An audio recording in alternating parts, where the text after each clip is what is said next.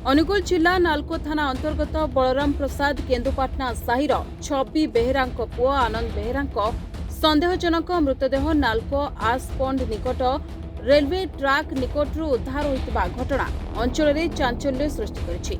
परिवार लोकों सूचना अनुसार गतकाली राति गाड़ी चलाइबा पई गाड़ी मालिक अमित सामल आनंद को फोन कर डाकिथिले। आनंद घर बाहरी जाई आउ घर को फेरी नथिले।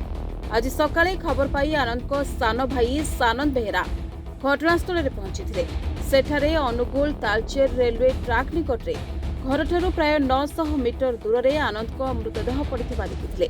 घटना को नहीं परिवार लोके गभीर संदेह प्रकाश करिसेंति।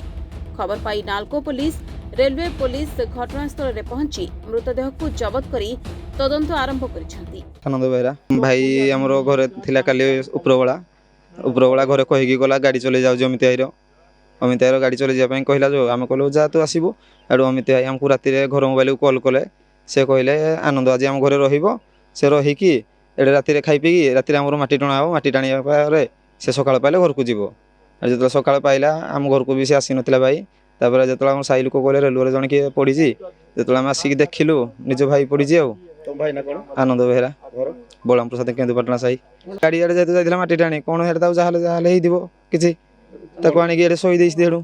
अनुगुल सुधाकर साहू को रिपोर्ट रिपोर्टर्स टुडे।